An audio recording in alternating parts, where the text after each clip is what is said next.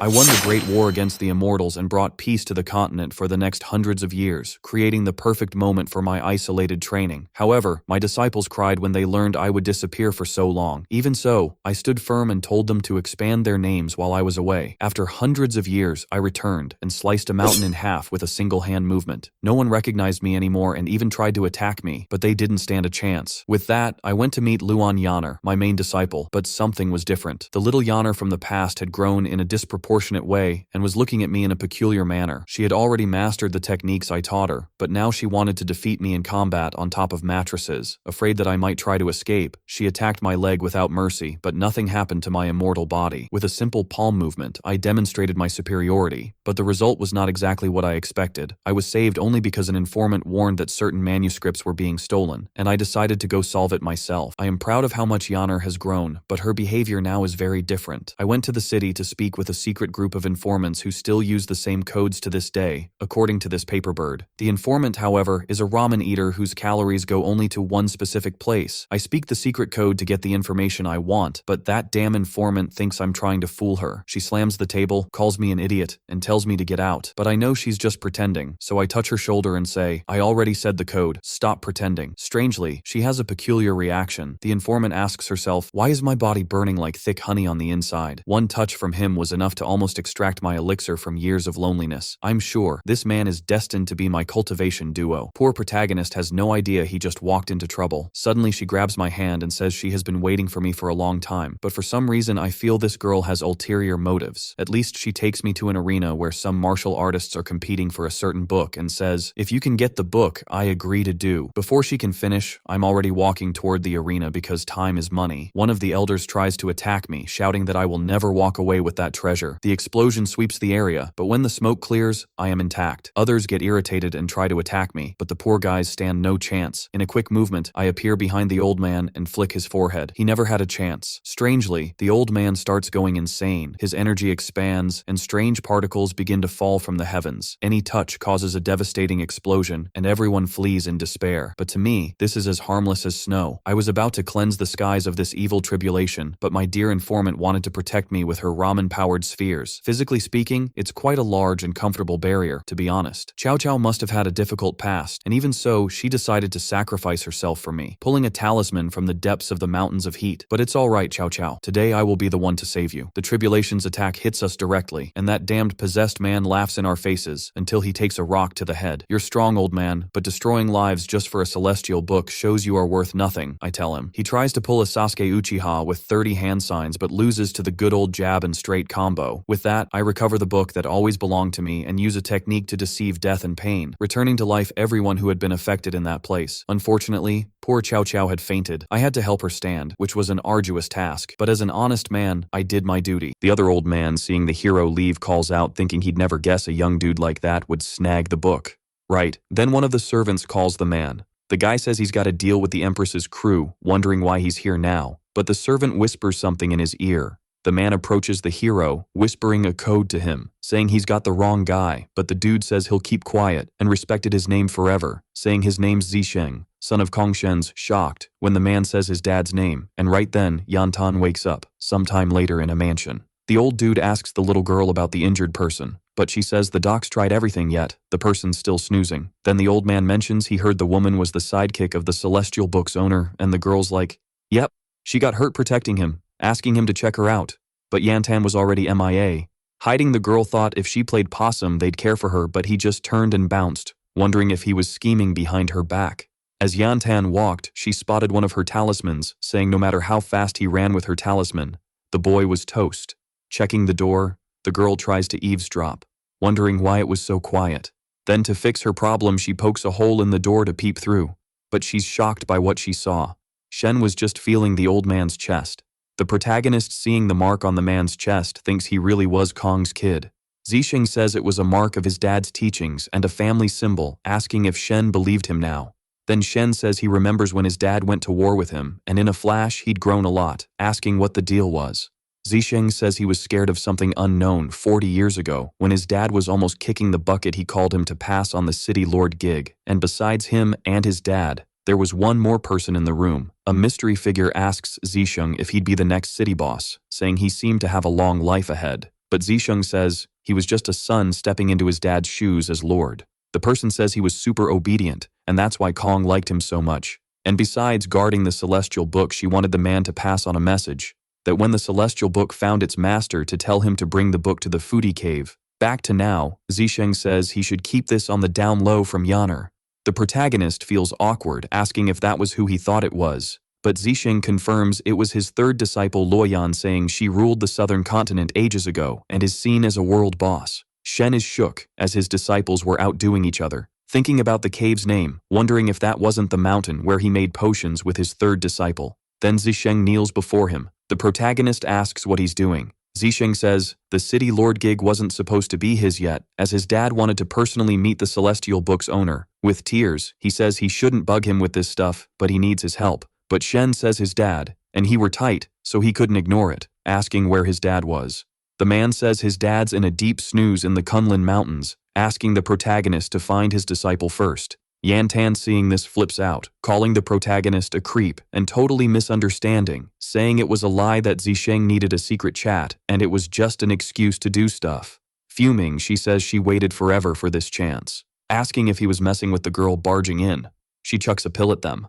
With the protagonist down, Yantan says no matter how strong he was, if he sniffed her pill, they'd be out cold. With a sly grin, the girl says a top-tier guy like that should be hers, but she spots a glowing scroll beside her, where she starts tripping. Apparently hyped, Yantan asks if something like that was in the celestial book. Seeing something shiny, she asks what color that was, wondering what was going on. Later, the girl was in front of the protagonist, and then sits on top of Shen. Shen, still out of it, asks if that was the smell of the alcoholic elixir, noticing something slippery and soft. Opening his eyes, the protagonist is stunned, seeing the girl on top of him asking what she was doing, embarrassed. Shen tries to get up, telling Yantan to back off. The boy, recalling his memories before blacking out, remembers Yantan storming in saying random stuff and insisting nothing weird happened. Then Yantan, hugging the main dude, gets asked what she's up to. Then she plants a smooch on him and starts sniffing him like a puppy, leaving Shen super red-faced, begging her to chill.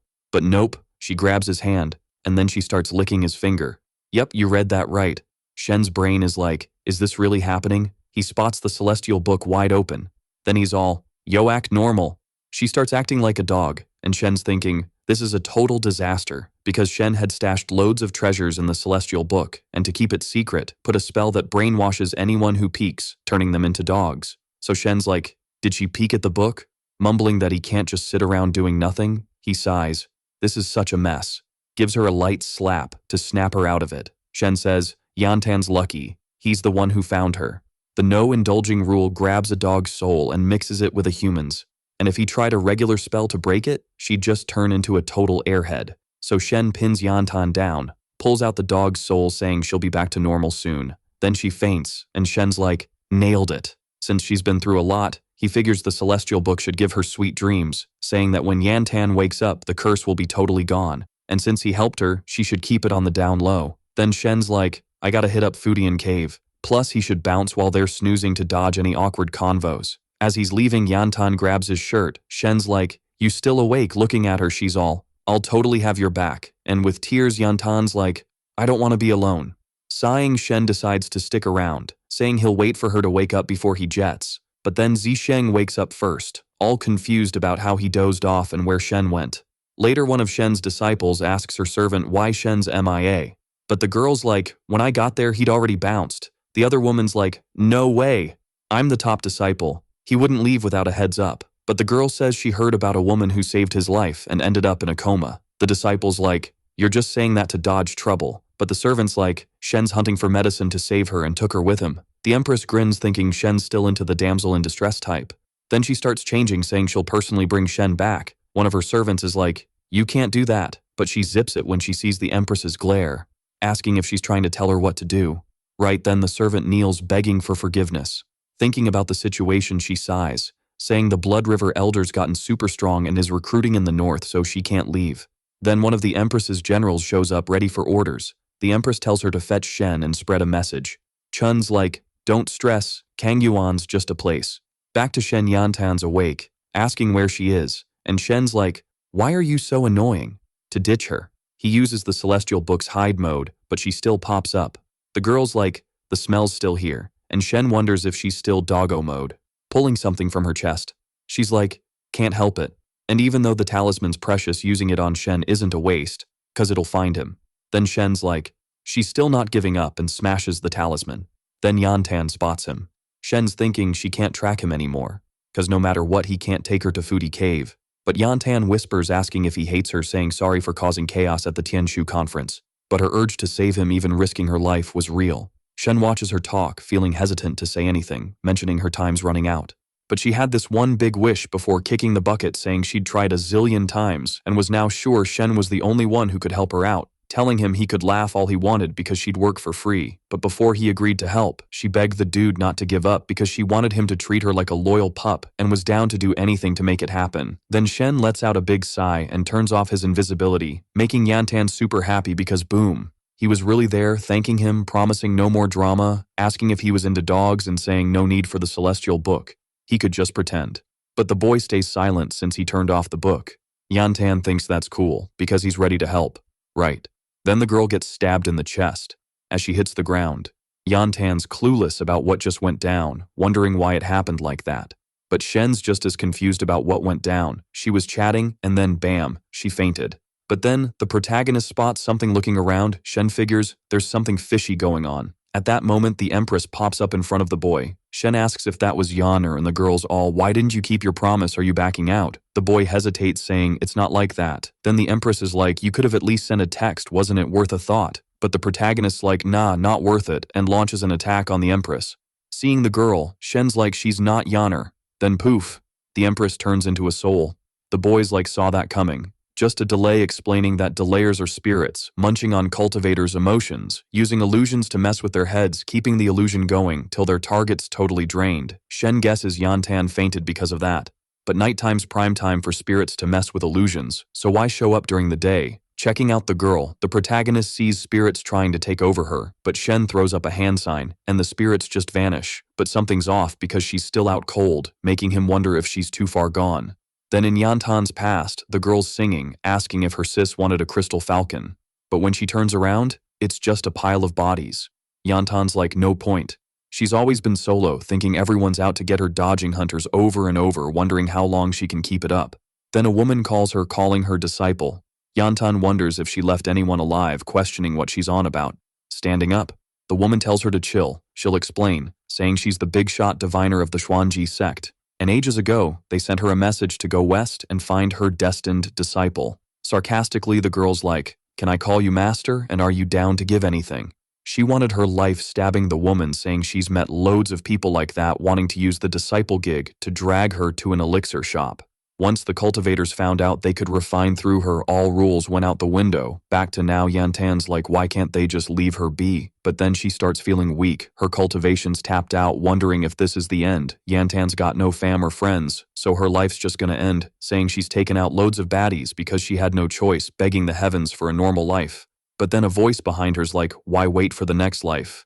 Looking over, Yantan sees the woman still kicking, saying she can do it now. And all the master's gotta do is transfer her energy to save Yantan. Then the girl starts bawling, asking if she can really keep living. The woman's like, yup, and not just that, she can have a good life from now on. But later her master's gone. Yantan's like, don't sweat it. It's her turn to save her. All she needs is to find someone with a sacred body and do some dual cultivation. Back to now. Shen's like, the spirit's eating her up. She can't hold on much longer, saying he's got to handle it fast. Then a bunch of Empress clones show up, hugging the protagonist and inviting him to have fun, asking if he wanted her front or back. But right then, Shen whips out some magic to chill the spirits. Still, one spirit hangs around, saying the boy's super strong, asking if Shen was into that game, saying Yaner was catching feelings for him. Then the spirit steps on the main dude, saying girls like to be the boss, so he should just chill there like a good boy. But suddenly the girl feels her tummy burning, asking what the boy's up to, holding her foot. Shen's all you don't know about the pleasure point, an acupuncture spot that gives a super awesome experience. The Empress gets all flustered, telling him to let her go. Then the main dude starts charging up an attack, saying to fight her, he needs to ditch his human cravings and focus on his goals, and giving even more pleasure. She shows her true form. If Shen let her bounce, who knows how many peeps would get hurt, freaking out. The spirit says she's really Yaner, asking how he could be so mean to make her suffer. But the boys like Yaner's name shouldn't even come out of her mouth. She was left behind after taking the refining penalty to save the sect, getting rid of the poison from her bones for a whole month without crying once. and instead she felt bad for her younger sisters hiding in the dark, blaming herself for not living up to their hopes, asking how Yaner could charm others for her own wants, for she was just something driven by lust, stealing others' memories and mocking them, asking if that made her feel all high and mighty. Then he smacks the spirit, where her true form was revealed. Seeing Yantan on the ground, the spirit thinks that girl was still lost in her dream, so she could take over her body and start fresh. But right then, she gets sliced in half. But it wasn't the main dude who did that. Checking where the spirit was, there was a sword there. Then a mystery figure shows up. That was the girl the Empress had sent before. A legend says an immortal kick to the west of the Kanguan continent made a secret move where two cultivators swallowed a mystery stone to sacrifice their spiritual babies to the outside world. With the blood formation's blessing, the two could chat freely with each other and share their cultivation levels and stories. The person who made this move called it psychic interlude. Then the woman says he still remembered. Yaner Shen mentions her spiritual baby was a rare red thing seen only once every 10,000 years. Then the woman asks why Shen was backing off, because he was having a blast with the spirit, and so forgot to head back to the city. The main dude gets all shy, asking if she saw that whole scene, but the girl says she saw everything from start to finish, and on top of that, Yaner already knew it all, asking if the main dude was finding meds for Yantan, and so wasn't heading back to the city, leaving Shen all puzzled, not knowing what she was on about. Then the boy spills everything to the woman, thinking that girl came to find him to drop a message from Yaner about not checking out other girls. The girl says even if Yaner got it twisted, why would Yantan keep following him all that way? But Shen mentions she had a secret reason, as she needed his help. Thinking about the main dude's words, the girl thinks he didn't see her as a girl. Shen says he didn't know how to help, but when she was getting messed up by the spirit, the girl called him master, asking if Chun thought Yaner didn't get into others' business. But the girl stays quiet, remembering her past when Yaner had her back and that she can't stress about that, saying that now she was the top demon and everyone called her a killer and fighter. But Shen says that's just nuts, because if it was like that, Yantan would have been toast ages ago, and besides that, girl wasn't a bad person. She must have gone through a lot for 100 years, and since Shen was back, the woman was now free. Even if the world went boom, the main dude would help her, all shy. Chun says she gets it, and since her master was there, she shouldn't stress about those things, saying that when he wrapped things up, he should head back to the city ASAP, and if that happened again, he'd personally rip his legs off. Then right then, an aura starts creeping up on his head, saying Yaner had forgiven him, and when they got back to the city, she wouldn't take her eyes off him. Shen, seeing Yantan hadn't woken up yet, says he'd check it out, but for Chun, that wasn't needed because she'd handle it herself. Then she checks his heartbeat by ripping his clothes. Shen's face turns tomato red, seeing Chun on top of Yaner. He's told not to peek when girls are doing their heartbeat check, so he decides to bounce through the forest. With Chun around, he figures the girl's in good hands, and he can finally hit up the Fud cave. Suddenly, the woman chucks a sword his way. She says if he thinks it's rude, he should just shut his eyes. But he better not leave her sight. It's the Empress's orders. Shen, eyeing the girl with a serious glare, wonders why she's such a tough cookie. He agrees to her demands, asking how Yantan's doing. Chun explains the spirits inside her messing up her spiritual fetus, and it's gonna be a tough fix. She's got one way to sort it, but first, the girl's gotta wake up. Shen thinks this might mess up her body, wondering if it's some new age technique. Then he notices Chun's ditched her clothes. When she glances back, he sees her reaction. While she's working, Shen's all flustered thinking he shouldn't peek. Time flies and the day's done. Chun's wrapped up the treatment. She says the girl will wake up soon. Shen can finally chill, but when she looks at him, he's wiped out. She tells him he did a solid job. Seeing him so tired, Chun asks what's up. Shen gives a cheeky grin, wondering if she's still clueless. He says the spirit hurt Yantan, so he's gonna wreck their hideout. But the Empress already sent backup. He mentions she treated him well, offering food, but Chun's been fasting for 3 years. Shen tries all sorts of tricks to get her to let him go, but just ticks her off, saying he should just stay put. But he keeps pushing, claiming he needs to do number 2. The woman tosses a stick at him, telling him to go for it, but he's like, never mind. Chun mentions the girl's vitality took a hit, and her fix was just temporary, saying they'll need elixirs to heal her up. But it's late, so they shouldn't hunt for them now. Plus, after all that, she's too beat to think about it, suggesting they crash. But Shen says she can rest. He'll keep watch. And then the woman just drops to the ground. Shen apologizes, saying he hit her sleep point so she can get some good rest. Then he bounces from the scene, but the two are wide awake. Cut to Yaner brushing her hair, saying, Shen's a good dude, always helping the weak and young. But this time, something feels off. So she decides not to stick too close, checking if he's really helping. Back to the present, Yantan wakes up thinking the silver hair and animal ears are definitely from the Empress's military general. She decides she's gonna follow Shen for sure. She gets up to say something, but notices something. Her clothes are totally shredded.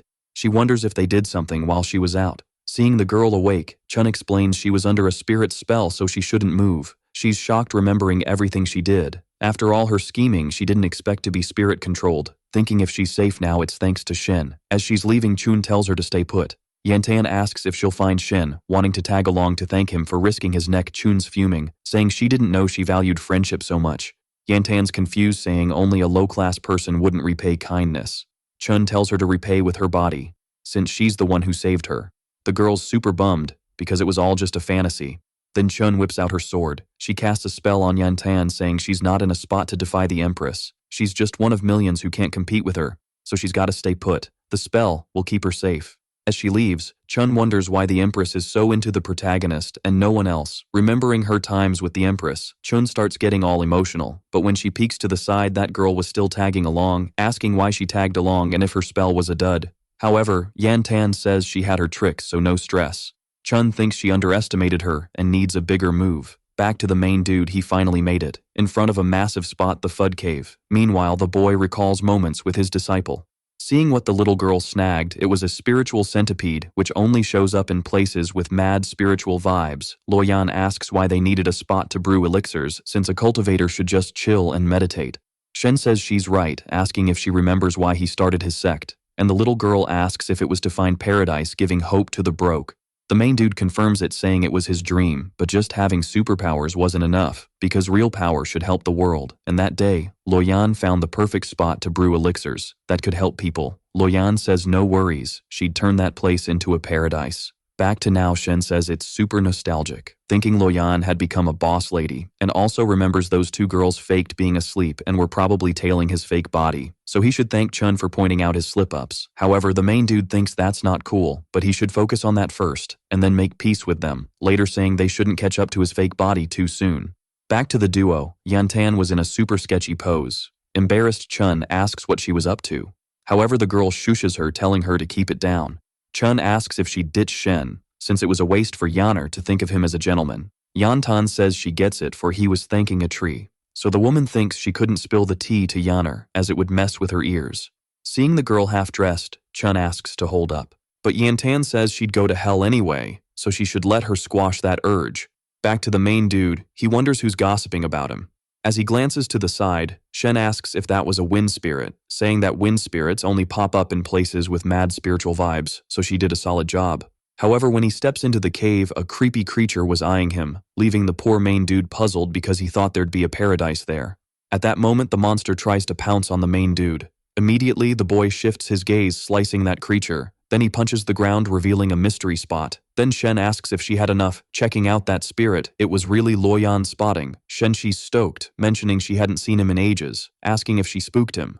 But the main dude says the cave monsters were just illusions, and she leveled up her skills. The girl confirms that Shen was the one who got her the most. Then the main dude asks why she was hiding from her senior sister, and why she was in that form. However, Lyan says her soul didn't leave her body on its own, for she had passed away. With a scary look, the main dude gets mad, asking who did this to her. But Lyan asks him to chill because she set this up for herself, saying he could see with his own eyes, mentioning that while he was away, many people had their eyes on her sect, where they almost got wiped out again. But Yaner and she remembered his lessons, step by step leveling up their skills. They beat this crisis completely, and after it was all over, they had to rename the sect. But even so, in Lyan's memories, Yaner says that all the pests that messed with the sect were checked out, and now they should just wait for Shen to come back, asking why she wanted to bounce. However, Lyan says she was being too strict for, they couldn't do whatever they wanted, and at that rate, they might end up getting old. Meanwhile, the girl holds Yaner's hand, mentioning that everything was chill. The responsibility of running the sect wasn't hers alone, so she shouldn't stress, because when she gets old, Lyan would be the master's fave, asking if she'd like that to happen. As she was leaving, the girl apologizes, mentioning that the seer spilled someone had planned all of that, and if she found out, she'd do everything to stop them. Alright, so she was totally over being looked at like that again, wondering if her master really got it.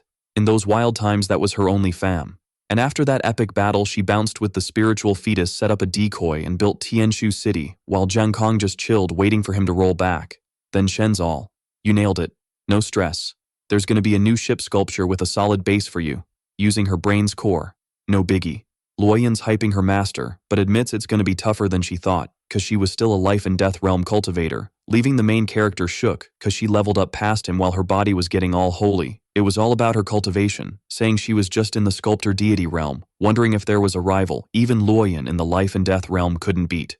The girl says when she checked he was at the 4th tribulations level, and even after bouncing with a spiritual fetus, tried to buff up but couldn't, asking if the dude just came out of hiding. Then Shen's like, you think the main dude's gonna lose, so Lyan's like, I knew he'd go all in, wondering if he'd win with a total smackdown, and right then, she drops a bit of her spit, leaving the dude all, what's that? The girl's like, that's why I stayed here, cause it's a fetus made with stuff I gathered. Hearing that, Shen's like, you for real? Cause a dope pill like that should be for her, saying she did that with her spiritual fetus. Then the girl cracks up saying her master would totally expect that Shen starts to bounce, telling her to chill there and not sweat the break, cause he'd be back soon, but then bam, a hand goes right into his chest. Lyan's like, found an opening, finally gotcha, starting to cast a spell on the main dude, realizing it was his spiritual fetus. The main dude's like, take it back. But the girl's like, say hi to Yanner for me, cause they were always fam to Lyan. Turning into spirit bits, Shen's like Lyan was holding down the Fud Cave solo all that time. He'd borrow her luck but never asked her to go all out. Then Shen starts to leave the cave in front of a magic tree. He's like, sorry, I'll be back. The celestial book can boost souls, so if he kept her soul in the book, it wouldn't scatter. Remembering Lyan loved to travel, he's like, why didn't we go for a walk? Back with the two girls, they feel the main dude's epic vibe, wondering what's up. Then boom, Shen's clone goes kaboom, then Chun grabs her sword spotting a massive energy heading her way. Seeing Yantan down, she's like, what's up? But the girl thinks her core only reacts like that when it senses a sacred core, so this is her shot. Chun's like, you seem off, was your treatment not done? Leaving Yantan stunned cause she was worried. Remembering her master moments, she's like, I can't quit, using magic to trap the woman, saying she'd go after Shen, cause he's a rare, sanctified body not seen in a century. And now she could finally boost her master's internal Dan to extend his life. Right?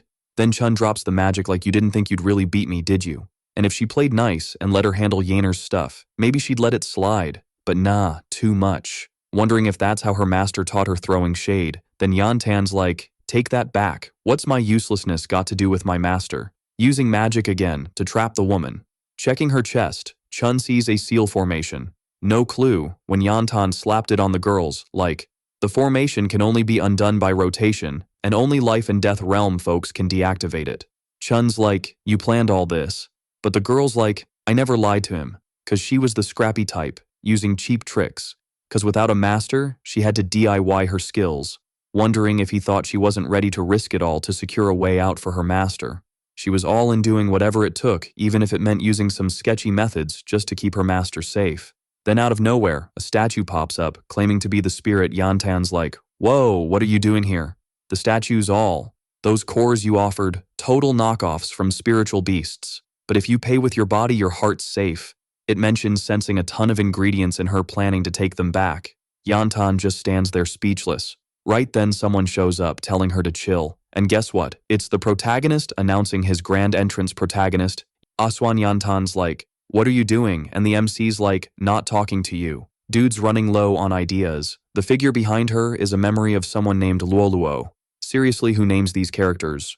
Probably behind all this chaos. And then the monster locks eyes with Yeshen, a guy from the life and death realm, sensing his presence, so the ingredients after him. Yeshen's shocked, then bam, punches the giant Buddha ready to end it. The Buddha's back at it, and the fight's intense. Like, whoa, Yantan's watching. Can't believe this kid's hurting a projection of this dude. Yeshen's like, did you hurt Luoluo? But the Buddha's silent, just attacking. He'll show his power launching a special move with both hands. Then the guy's like, even if Yeshen's discovered life and death secrets, he's still mortal, but he respects Yeshen's strength for messing up his face, and suddenly the MC tears the Buddha's hands apart with just his aura. Dude's got cheat codes. Then he demands the real body, saying anyone who hurts his disciples is going down. Yeshen throws another punch and boom, explosion everywhere. Out of nowhere, a black ball flies out and the MC snags it. The spirit's weaker now, recalling crushing a similar insect. That guy was from the first tribulation class and got wrecked so bad, even as a spiritual fetus, recovery's impossible.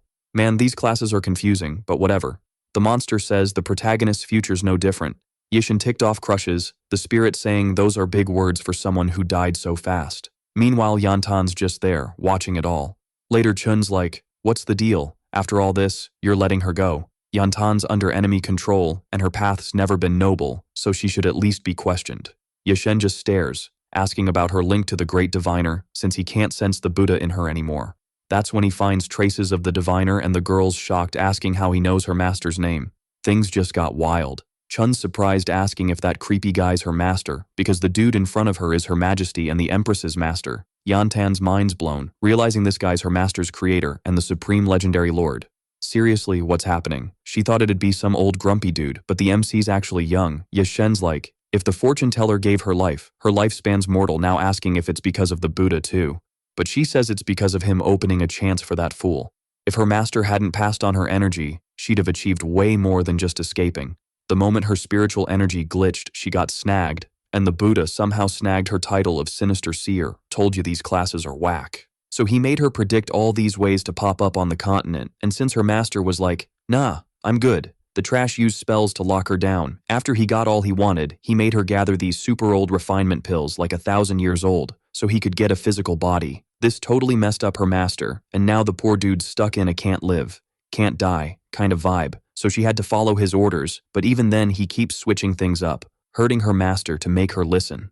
So far, the creature's racked up 500 years, and if she could snag a certain yang body, she'd be close to her goal. But dude, the Buddha's like a next-level being and no one sees him coming. In a blink he cut off her connections, and now she can't find her master anymore. Hearing the whole story, the MC finally pipes up telling her not to cry, cause he's got his own tricks. Wow, he's stepping up now. A bit later, Luan Yaner asks if they're taking a detour cause she wanted Chun back faster, curious why they're chilling in the south for 3 more days. The girl says the cultivator really wants to save her master and can prove it, but it's a long road and her master's super tired, just needs a nap. Plus, she spent most of her cultivation on this girl, and if she tries to read her mind now, she's scared of messing up her body. Luan Yaner asks if she hit a snag cause she burned out all her cultivation and is going herself. No matter how far the southern margin is, she should be back in half a day with talisman formations asking her to spill the beans. Then Jun mentions the protagonist said there's a rare flower called Bin An on the southern margin, super red and pretty. It grows underground in the Longyuan abyss, and even though it's a pain to get, it's perfect for her. Also, it's great for wedding decor. Hearing this, Luan Yaner wonders if Yeshen really said that. A bit later, it's night, and Jun's feeling down, cause she promised not to lie to her master, but couldn't keep her word. Right then, the elder of the Blood River is checking out the outer city of the Wuji sect, so she can't stress her out more. She'll leave the rest to Ye Shen cause he said he's got a plan.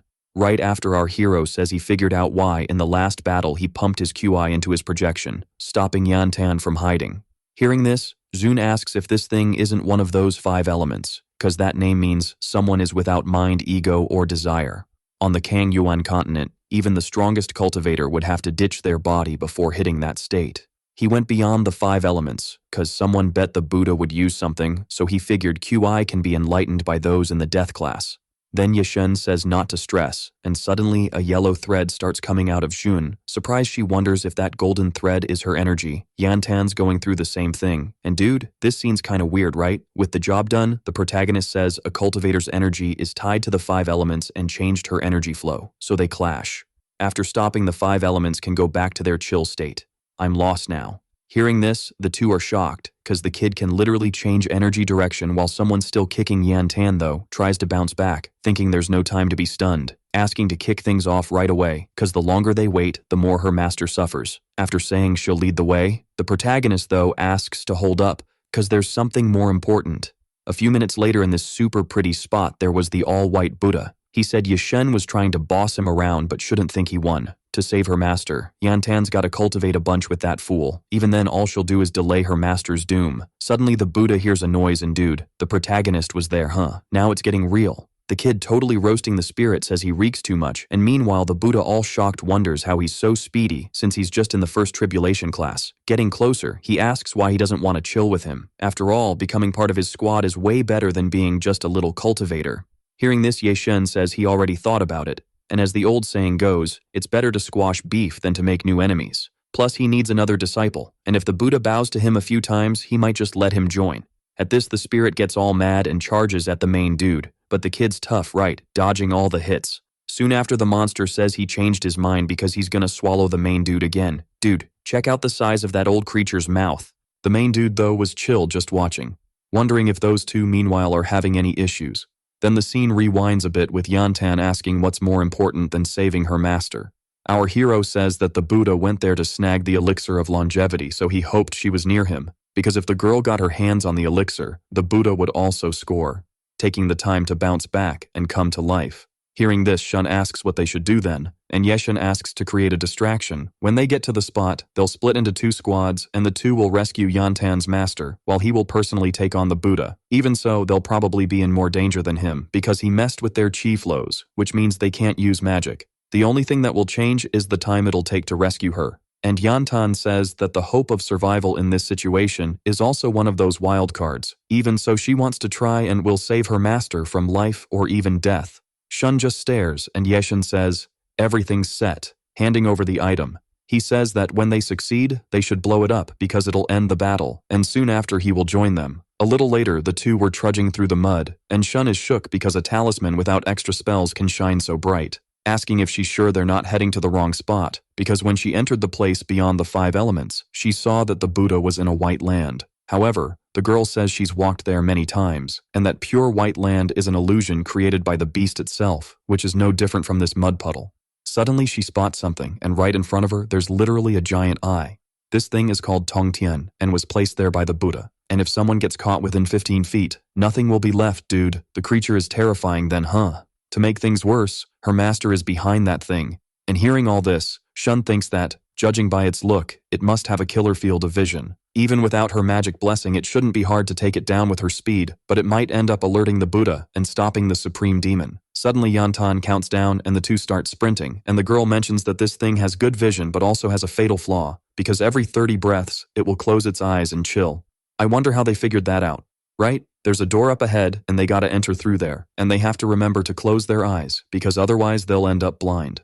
Shun meanwhile just watches, wondering if the girl has always been like this, dodging traps and memorizing tricks each time, just to save her master. Wondering if she could hold up and stay confident like her for so long. Drawing her sword, the girl breaks the seal, and then the girl's master appears. The girl was emotional, thinking that the Buddha is nuts, and thinks no one could rescue through the maze, so there's no more defense there. As long as they cut the chain of her master, they could rescue her. But suddenly, Shun notices something. The seer has the scent of a thread that breaks the soul, and her IQ is tough to crack. This thing connects with the host, and if the thread is broken, the vessel will also die. Hearing this, Yantan remembers all the moments she had with her master. Poor girl, man. Falling to the ground in despair, she asks if she won't be able to save her. At this, Shun tells her not to be silly because the main dude made the 2 of them come together. Handing over a stone, he says it's a resurrection talisman, and the name says it all right. Yeah. Shen's been onto this for ages, knowing she had this epic item up her sleeve. The soul-breaking thread's got a mind of its own, only vibing with the conjurer. Just wrap your hair around the amulet and boom, you're set. Meanwhile, Buddha's in the thick of it, realizing something's off. Our hero throws a punch asking why Buddha's zoning out, but the spirit's all, "You don't get it, dude. In here, you're nada." Then bam, it morphs into a 3-headed beast, charging at our hero. It suddenly hears a voice asking what it did. Yashen's like, "Don't ask what I did, ask what I'm about to do, because I'm about to wreck you."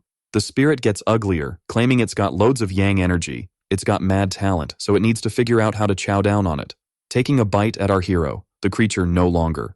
Buddha says even if he's top tier, he'll get shredded, but it can't figure out why it can't bite. Yashen's in the back, grinning, asking if it's a massage, like, "What's up, kid, not even trying," saying it's like a bug bite. He decks the monster. All beat up, the creature asks if his body's blessed, and our hero's like jealous much. But chill, there's a surprise coming, launching another energy-packed attack. Buddha's clueless, and Ye Shen's like, "It's a physical body, isn't that what you wanted?" Suddenly it shatters, asking what kind of power this is, cause Yi Shen can literally craft a body with his hands. Terrified, it thinks it needs to bail, but Yi Shen's not letting that slide. Unleashing his aura, he warns that destiny's not done yet. With the spirit stuck, he grabs an arm, asking if it's happy with a body now. Still, he wonders why it's looking so desperate, like kids not here for games. Yi Shen says no need for more words. He knows the body's ugly, so he'll help fix it, cause there's a lot to patch up. Man, our hero's intense, slicing the creature till it's a stump like a Lego piece. After that, the poor thing, which isn't really poor, is just a wreck, and Yi Shen's like, "Much better now." Buddha asks if he really thinks he can kill him like this, cause he's still got a body here. Pulling the thread from his mouth, he tries to summon something, but only a blue jewel pops out. The monster's all confused, and our hero just laughs, asking if that's its body. Then Buddha asks if it was him, and suddenly his body starts healing. Seems Ye Shen used some scroll saying he'll fix it till he's satisfied. This kid's wild. A few minutes later, Yantan and Chun roll up, seeing the chaos. Man, the spirit looks like a root. Now it's nuts. Seeing them, our hero asks how the seer is. Yantan says thanks to Chun, she's safe, just needs to wake up. Switching topics, she wants to know if that thing's alive, but Yantan says, death's too easy, cause that creature messed with her master, so it doesn't deserve a body or soul. Hearing this, our hero chuckles saying, even that's not enough. Long story short, a technique traps it, making it suffer as its body rebuilds forever. Yantan's expression changes as expected from his master. Seeing this, Shun thinks Buddha's got no shot at leaving the world beyond the 5 elements. The funniest part? Since they got there and used the talisman to save Yantan's master, our hero's been planning this all along. That's why they call him the strongest. Jun gives the girl a nod, asking to lower that woman. Yantan's all, is it true? Your master's not doing so hot? And Jun's like, yeah. The only reason his body can chill in a place beyond the 5 elements is cause of the Buddha's QI. But now the QI's running low, so he's got to reroute his QI flow before it vanishes. Yantan kinda gets it, realizing the reason her master's still snoozing is cause her QI's on empty. Her body's super weak without that energy guarding her heart, and since her energy's the opposite of his, he can't do much except keep her alive. Later, they can head back to their world and brainstorm a fix. Hearing this, Yantan gets all thoughtful and says she's got the same energy type as her master, asking if she can pass her spiritual energies over Zun's mind is blown, and Yantan's like, have you thought about how your life might end? Luckily, she had so much yin, they called her the Supreme Yin Furnace, and she once thought she'd just be a tool for others to level up. Long story short, everyone used her only wanting to get close for their gain, and she never thought she'd get to save someone. That woman means everything to her, and it'd be epic to end her life, fulfilling her wish. Hearing this, the main character's down, and suddenly Yantan's glowing like a light bulb. Then she drops a bomb saying, when her master wakes up, she should say she went on a continent-wide trip to become a pro cultivator. That way, she'd feel accomplished and have no regrets. A few minutes later, she shuts her eyes, but something's off. Her spiritual energy transferred, but her body didn't poof away. Soon after, Ye Shen's like, if anyone else did the spiritual root swap, she'd be toast, but with me in charge, no way she's dying. Even so, her spiritual roots are toast and her inner Dan's useless. She won't be cultivating anymore. And suddenly the girl hugs the main character. For her, it doesn't matter, cause her master's safe now. Our hero, all jittery, says a simple thanks is enough while Shun's thinking. Ye Shen's a tough guy with a soft heart and his queen picked the right dude. With everything sorted, they should bounce back quick. But Ye Shen's deep in thought, clutching that stone. A few hours later, they're chilling in Luan Yanner's castle, and she wants the deets on what went down. Basically, the kid came back with the first tribulation class of the life and death realm after a quick trip. Plus, there's a new girl in his crew, so he better watch his words now. If he messes up, he's definitely getting punished, dude. Even, I'd want that punishment. It's wild. Meanwhile, Yantan's master is getting healed and Shun's like, no worries, her highness already called in the top docs from the sect. Then the girl admits she caused a lot of trouble asking where Ye Shen and the Empress went, cause she at least wants to say thanks, and the general's all flustered. Basically, there's no easy way to explain, so she changes the topic, trying to get her to grab a bite, thinking those two are probably super busy if you catch the drift. Meanwhile, our hero's lying on the bed with Luan Yanner sprawled on him. Plus, she's literally tied him up and the girl's like, we get why you wanted a spot to interrogate, blindfolding him. Ye Shen thinks his disciple's super nervous and probably won't let him leave easily, so he's gotta let her do her thing for now, dude. The kid's not into it at all, are you kidding? Suddenly Ye Shen senses something, and the girl's like, I'm using the silk of truth to make you spill the beans. It's a tool for grilling gangs in the Wuji sect, and when juiced up with spiritual power, it links to the senses, and if someone tells the truth, the other person feels mega pain, sensing what's coming. Ye Shen's like, stop. I don't know what'll happen if I get hurt, dude, nothing good's coming from this, huh? Then the girl grabs the main character asking if he did anything when he hit the first tribulation class of the life and death realm with that girl. With no other option, the boy gives a flat out, yes. Then the girl figures out the silk of truth didn't react, so it's probably a fib. Her master is scared of hurting her, so he's totally fibbing on purpose, but a fib's a fib, and she'd be down to feel a little pain anyway. This is weird, yeah. Shen, feeling something, thinks from the silk's reaction, she's probably being real, but as their master he couldn't let them feel pain. Soon after, Luan Yanner throws herself more onto Ye Shen, asking why he saved that woman if she's the master of that cultivator. Then he thinks whether it's the little girl or the seer he saved them, cause they're part of his squad and there's no other reason. As their master, he can't mix love for his crew with his duties, meaning none of these answers could be the truth. Our hero, about to say something to the girl, doesn't feel any pain, assuming his master really cares about this cultivator. Asking if he took her back to the squad with him, he ended up catching some feelings. The desperate boy tries to come up with some excuse, but then Lyan ends up feeling pain, and there he is. Seeing what's happening, the girl says she's super happy. Dude, I don't get this story anymore. Yashin, feeling a pain, realizes she was also being real. Ah, now I get it. So every time someone feels pain, that's when they're being real. Now that's wild, huh? Still, he wants to know why his disciple's happy for not having feelings for that woman. Wow, the boy hasn't caught on yet. Then Lyan says she has her final question, wanting to know if he wants to spend a night with her. Hearing this, the protagonist doesn't get it, and stands there with that clueless look. The girl calls him a dummy, and asks him to stop playing dumb, cause it's not that hard to get what's happening. Our boy stays nervous, and the woman questions if she's not pretty enough. Then Yashin says that's obviously not the case, but then the girl feels something out of nowhere, warning that if her master doesn't want her, she'll keep hunting until he spills what's really on his mind. The boy really doesn't want to give in and keeps trying to dodge. The guy never takes a hint, huh? However, she'll take his silence as a yes, but then out of nowhere, an explosion happens, and I'm lost again. Out of nowhere, a rag doll pops up, and that creature was in the protagonist's place.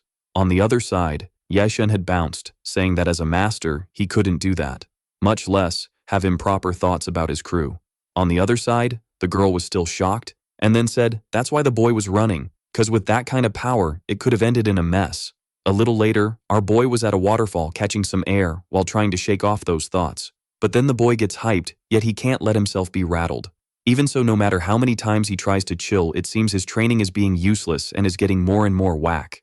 Moreover, Lyan is no longer that young little girl he used to know, where at least her heart was in the right place. She never fought for anything and kept following her older sisters. Many years ago, when his squad was in danger, he took out his enemies on the front lines, while she stayed back without complaining to make sure everything was cool at home. All she wanted for her squad was eternal peace, to stay like a family. Even so, being a family, he wanted to know why she wanted to do this. It's impossible to face it that way. And suddenly someone says he's just pretending to be clueless, asking if his master really knows nothing. Luo shows up and says she managed to return thanks to her master because she was slowly nurturing her soul. Yashin says that while fighting against the Buddha, he sealed part of his cultivation within that jade, but since his current self isn't suitable, he'd transfer it back to her little by little. Then, shortly after, the girl says she still hasn't answered her question, wanting to know if he really isn't aware of how Lyan feels, or if he's dodging her, because he never felt anything for her. Because if that's the case, he might as well look at Luo instead. Out of nowhere, the girl started speaking in the third person. The dummy asks what she means, and the girl says that since he doesn't want to chill with the older sister, he could do it with her. Even as a spirit, she's got mad skills just like her sis. You feel me? The boy gives her a look, then taps Luo on the head. The girl asks if he's playing dumb again, saying he shouldn't think he's useless just because she's a spirit. She points out it's obvious why the master sees her as a kid, meaning he sees Lyan as a grown-up. Yashin gets all flustered, denying it, cause Yanner's his big sis and his fave disciple, right? But for Luo it doesn't matter, cause love's got nothing to do with labels. If that's not it, maybe his sis isn't his type. So what's Yashin's deal? The protagonist asks to quit the jokes, but then the girl vanishes. Lyan asks who he was chatting with, and Yashin, all awkward, tries to make up something. Then the girl laughs, rambling about what he was thinking and other random stuff. According to this theory, guys' spiritual practice can't match up to girls. Yashin keeps staring at the girl who asks what he's thinking, and he says he just remembered she's the only one who laughs at his wild ideas. About what he said earlier, he's got something to add, but Lyan says he's been gone a while, so he must be wiped out.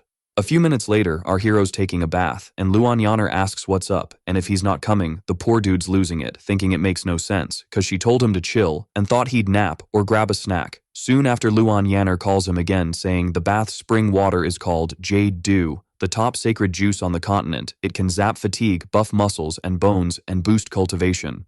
Her master was away and leveled up fast, so she figured it's the perfect time to recharge his QI, asking if she's wrong. But the boy says that's exactly what he needs, and if that's the case, just bring him there. About the bath, he can handle it solo. But the girl with a cheeky grin grabs his hand and jumps on him. She asks why age or gender matters, since she's his disciple. Diving into the Jade Dew isn't enough, cause she wants him to get twice as strong, focusing on internal QI and recharging in the bath, so he needs to chill and let her help him already. Suddenly at the door, Luo pops up again and shoves the protagonist. Somehow the boy lands perfectly, feeling the texture of the balloons.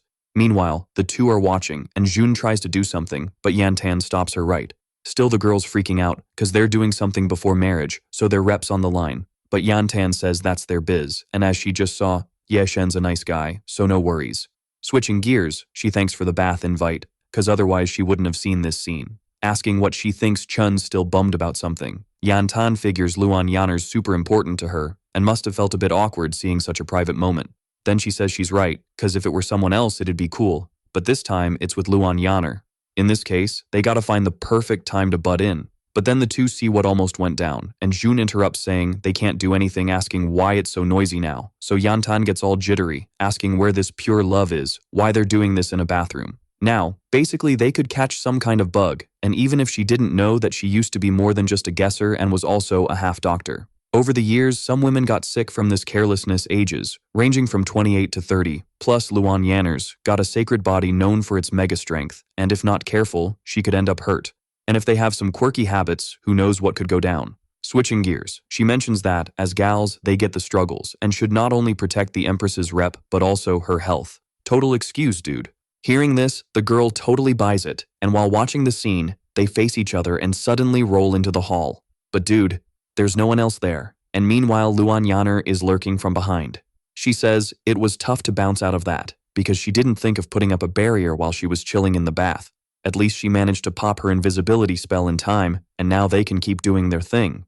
But meanwhile, the main dude's got that goofy look. The kid had bolted again, and as mentioned, the guy never seizes any chance.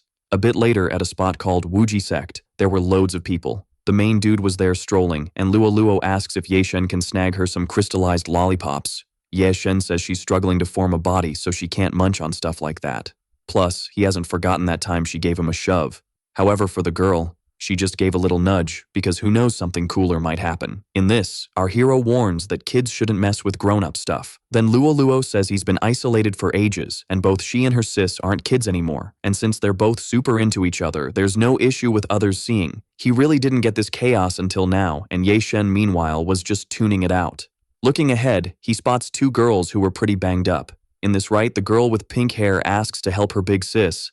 Soon after, the main dude remembers who they are. And dude, they're those girls from the start of the story. A few hours later, Ye Shen took them to his crib saying her big sis is like this because of the internal elixir burnout, and then used magic to recharge her. In this, the girl thanks him because without him, her big sis wouldn't have bounced back, and suddenly, she feels something. Ye Shen says that just now, on the street, he sensed a weird vibe from the magical seals coming from them, asking, "What's really up?" Having no other choice, she spills the beans, asking the main dude to take a peek. The kid spots that seal and then thinks, it's the sacred seal of the Blood River cult he wiped out 100 years ago, asking if they ended up volunteering to get this mark. The girl says duh they didn't, because her sis and she are from the Flower Group and swore to their ancestors they'd never betray or ditch the sect in this. Luo says this story is kinda sus, assuming these two could be spies. However, for Ye Shen, they wouldn't show their faces to tons of people if they were spies. When Flower Group members travel to another sect, they gotta get the Master's hand order asking if they got tangled with the Blood River sect in this process. In this, she says, they went there under the Master's orders to find some medicinal herbs in the continent's central part. During their journey, they passed through the Wuji sect and luckily saved him in time. That's how her sis and she stumbled upon this Blood River cult. The group was preaching in a village, more like forcing them to convert, to get these patterned marks. To make things worse, they weren't even sparing kids, and when she and her sis decided to hide to help the villagers, they got nabbed. During that crisis, her sis used all her magic to shield her, and after that fight, they managed to shake them off. However, when it was all over, she found out her sis had already been marked by the Blood River cult, and she was so shook she almost passed out. The road back to the sect is super long, and her cultivation level is super low, so she dragged her sis to the Wuji sect, hoping the Empress could stop all these people. Hearing the story, Ye Shen says there's no need to feel bad because while traveling, there'll be times when you'll need help, but from what was said, the only person marked was her sis. At this, the girl mentions the seal popped up on her body last night, and hearing this, Ye Shen thinks the situation's getting pretty dicey. The Blood River mark is a restriction slapped on by the cult leader on his followers. Anyone marked gets their spiritual powers sucked out and dumped into the leader's body. Basically, the followers are toast unless the caster gets taken out. Yikes, it's just getting crazier, dude. Then the girl mentions that maybe at the next full moon, she and her sis might get hit with these Blood River marks. Last time it was just a spiritual energy drain, but next time they might lose their bodies. If that happens, he should take their remains to the flower group so they can go home. She'll definitely thank him in her next life. Wait, there's reincarnation. Mind blown. Luo chilling in the corner, says she's heard this story a zillion times, and suddenly Yeshen's zooming through the city. The girl asks if he's planning to ditch the city and face the red cloak dude solo. Without a blink, our hero's all in, because ages ago the Blood River sect was bad news, and he remembers the leader was the Blood River Elder. But during the sect war, he was sure he took him down once, and Luo's like, doesn't matter, I got killed too, but I'm living in the Celestial Book. Still she wonders if it's cool for him to go to war like this. And Yeshen says being a cultivator doesn't mean he can do whatever. She just heard about what the Blood River cult did to that village, so he can't just chill and watch Luo's like, that's not what she's talking about. And Yeshen's like, what do you mean? She says it's about his older sis. This is Wuji sect's turf. So if that girl's right, Luanyane definitely knows about it. Seeing the sitch, Yeshen's like, she's right. Because Luanyane always hated evil and wouldn't just ignore it. Then Luo says, his sis must have her reasons for this. No need to say more about what needs doing, because it's more important to chat with his older sis. She's probably waiting for him now. Hearing this, Yeshen goes quiet, and then says he has to head back. Still he's clueless on how to face Yane now. A few hours later, the hero's back at the castle. He knocks and boom, an explosion, and there's Luan Yane realizing he's back. After a bath, he's starving, so he thinks of whipping up some grub. Hearing this, Yeshen thinks he was scared to face Yane, but it was just pointless worry. Plus, when they battled before Yane swapped spiritual consciousness with Jun and never left the city to find him, there's definitely something big in the sect, stopping her assuming Luanyane's already found clues about this blood cult. Soon after, the hero tries to ask something, but she just tells him to zip it because she already knows what he's gonna ask. Suddenly, a flashback pops up with Luanyane saying her master said he'd leave, and he did. Now that the bad guys are gone, only good times ahead for sure. Still, she wanted to know why she couldn't stick by his side, as he just left her hanging, poor kid. When the hero went into isolation, he'd hit the cliff daily to clean up, hoping to reunite with the sect. But it's been over a month. That Blood River ancestor dude he took out showed up again, using magic to slap a seal on her too. At that point, she was a cultivator, but couldn't beat him. So she saw the guy had a skull with the Blood River seal giving off major bad vibes. She didn't think it was normal and waited for a chance to use her magic to break it, but the dude defended himself and vanished. Hearing this, Yeshen thinks, according to Yaner, this skull's the secret of how a Blood River ancestor saved his life. Maybe it's some sacred cult thing. Luan Yaner says the Blood River ancestor was super hidden, and the sect's rebirth was top priority, so he shelved it and sent spies for a secret mission. Then Yeshen figures some chaos is definitely brewing in the Wuji sect. The girl's all, how'd you know that? And Yeshen's like, well, in that dude's eyes, you're his student. He should have offed you, but nah. He slapped a seal on you instead. This seal's his sneaky way to power up, and he probably wanted to pull some shady stuff right then. So since he's secretly mooching off the chaos, the crazier things get the better for him. Knowing his vibe, he's probably letting loose followers in the Wuji sect to recruit peeps and make it a hot mess. But the girl's like, that's not enough, cause in the last decade the sect dude popped up again spilling the beans that he's recruiting up north. The dude even took out a bunch of his top generals, showing he's leveled up big time, almost hitting the life and death realm. I'm lost here. Among these summons, there's also buzz about an innocent's death in the Wuji sect. He personally checked that the mark matches the red cave pattern, which is this Blood River seal. When he figured out the plan, he thought his power level was low, so he sent folks to hand out spiritual meds to the people. But they started leveling up way faster than expected and caught on to his tricks, then started flexing on the citizens.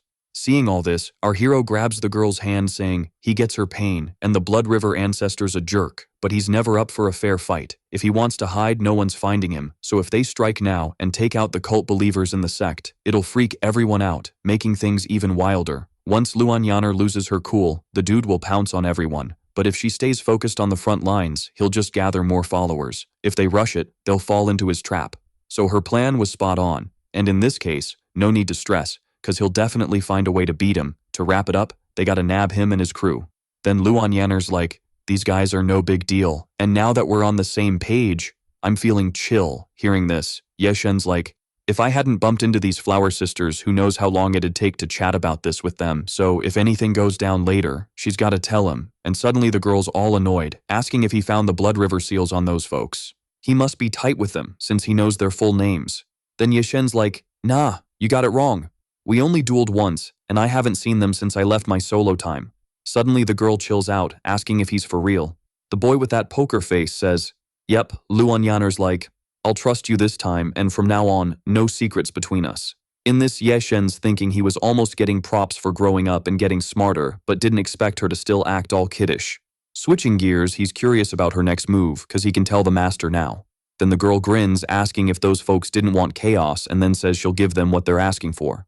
Luan Yanner whispers the plan to the hero, and a few hours later in some random cave, a hooded dude's saying that a certain great ancestor's basically a god, so that woman from the Wuji sect really won't dare to knock on his door. But then out of nowhere, boom, the guy there just drops. The dry guy's like, I took him to the Wuji sect, and in return he'd see me as a buddy, asking why he's so into violence when we could be a fam. However, the sword dude's like, it's all just a hassle. 5 years back, the North got taken over by the Blood River ancestors, and forces across the great continent started making moves, but he was scared of the Empress's forces. Even with all these wins under his belt, the Blood River cult definitely didn't want to mess with the Empress. Both sides were hanging by a thread until on a rainy day, the Blood River cult kicked off an unexpected bloodbath. An unknown assassin, totally mysterious, not only found the hideout of the Blood River ancestor, but also wiped out the entire elite squad like a ninja on a sugar rush. This kid, while taking everyone down just casually, says he's a vendor. Yeah, right, selling chaos and mayhem. Then the other hooded dude asks why he went all Hulk smash back then. Like, chill bro. Even if he didn't mind tidying up the place, the guy's face looks like he lost a fight with a blender. The sword guy stays silent while the other dude spills the tea that his spy in the Wuji sect says the Empress is planning some heaven and earth ritual tonight. This ritual uses the spirits of epic people to power up but one tiny oopsie. And it's game over, man.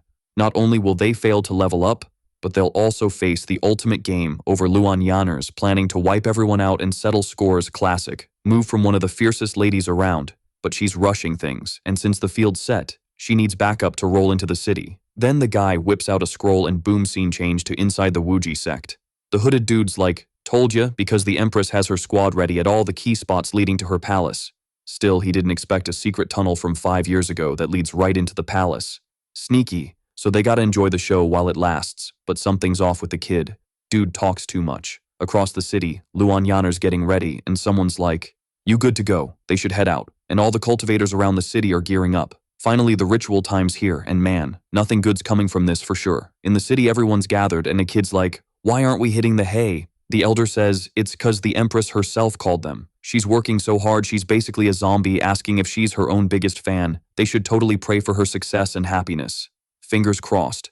Suddenly something's on the roof, and the hooded guy says the altar's set with civilians chanting blessings. Luan Yanner's all in for this heaven and earth ritual, but no worries about spotting nearby sacred stuff.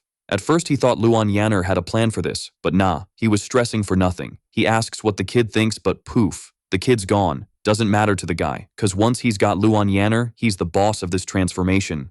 Suddenly the girl feels something, and whoa, her eyes are redder than a tomato. Everyone's trying to figure out what's up, and marks start popping up on her body. Seizing the moment, the dry-faced dude's like, Luan Yanner's mine now.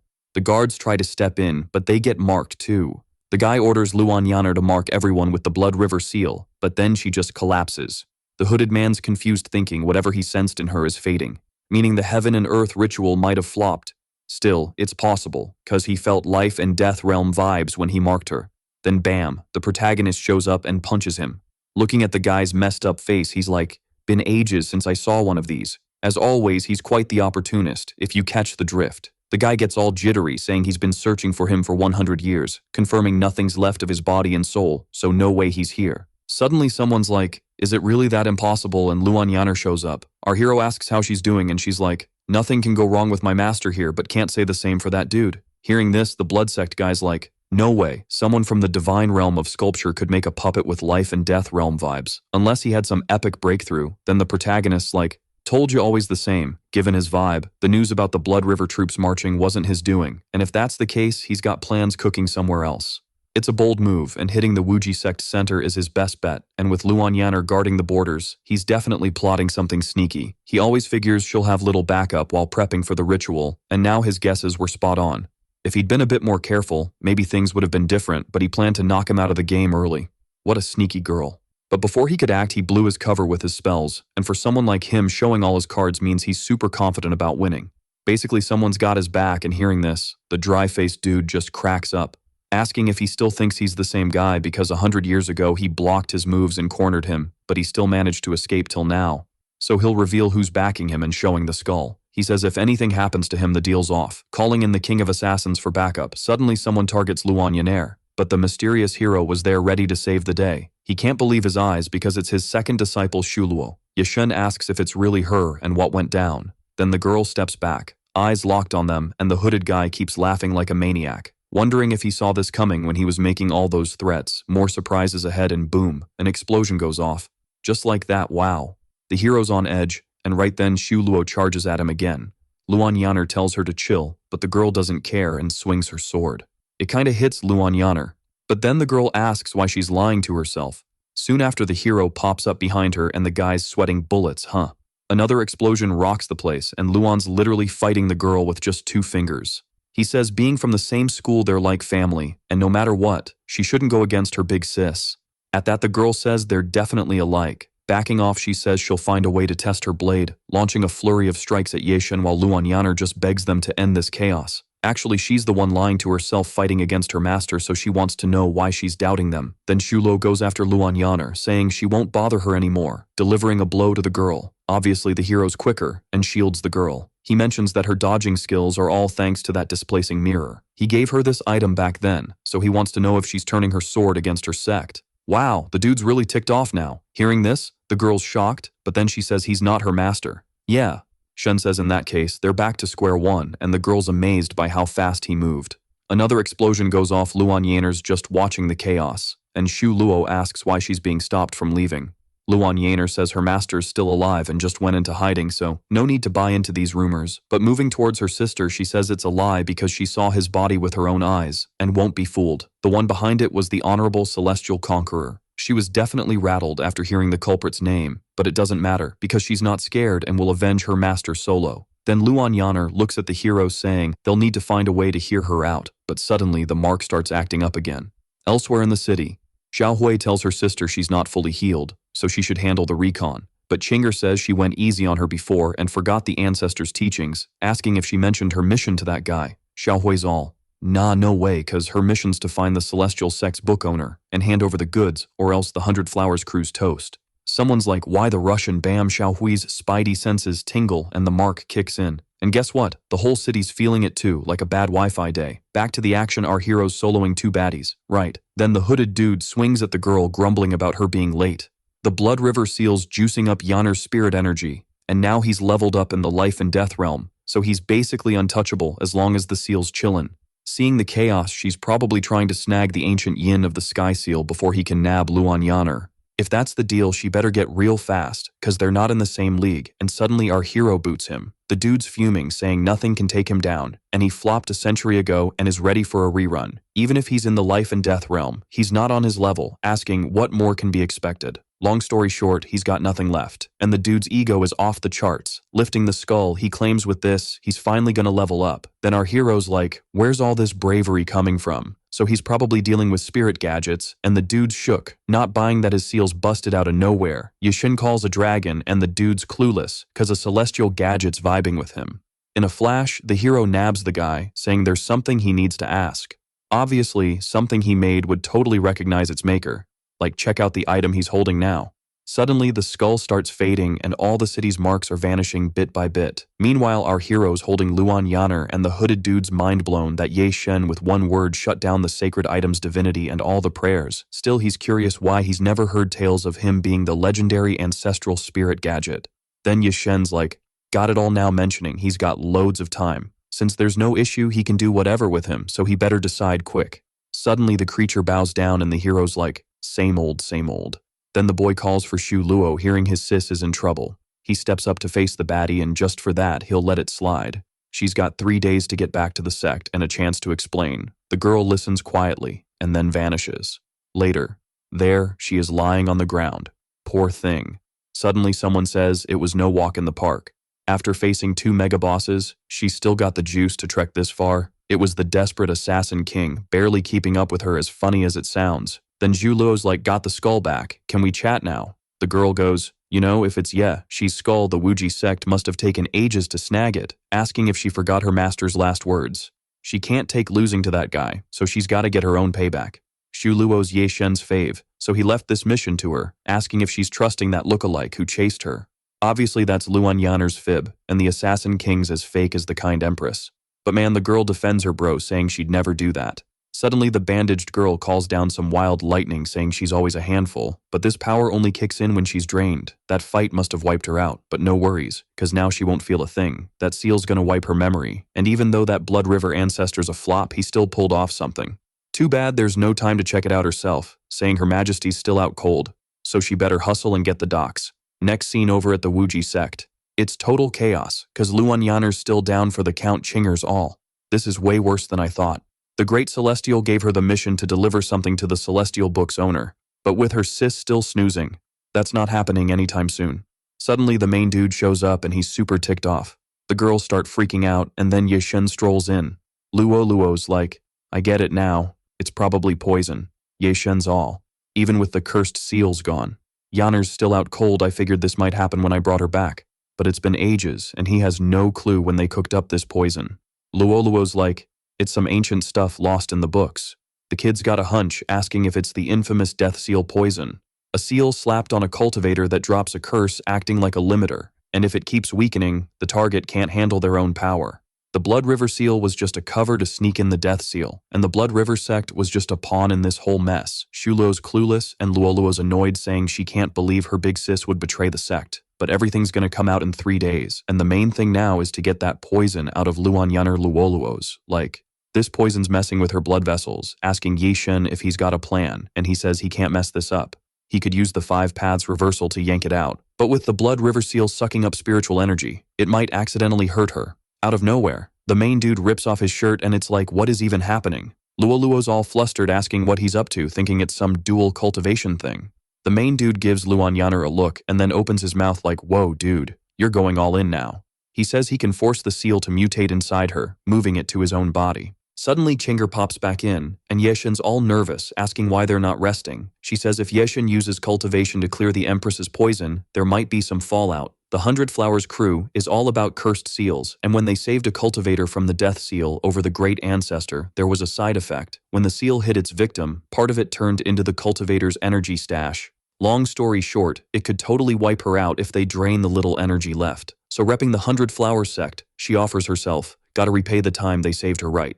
Later Luoluo says she checked it out and the girl's right, but she's not sure about her motives. Time flies, Luan Yanner's getting worse, and Chinger steps up to help, realizing something's off. Luan Yanner's literally sucking up her energy now. She has no clue why, cause the death seal's supposed to drain the victim's cultivation, but now she's the one getting drained. Right then, Luan Yanner opens her eyes, whispering to the girl that she wants her.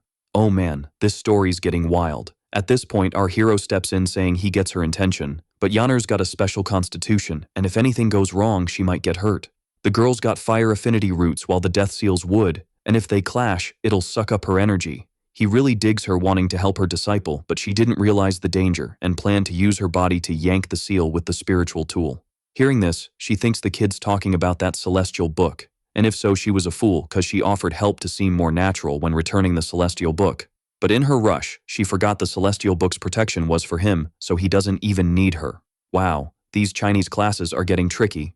She says Yeshen can totally see through her, so if she keeps going, he might start suspecting.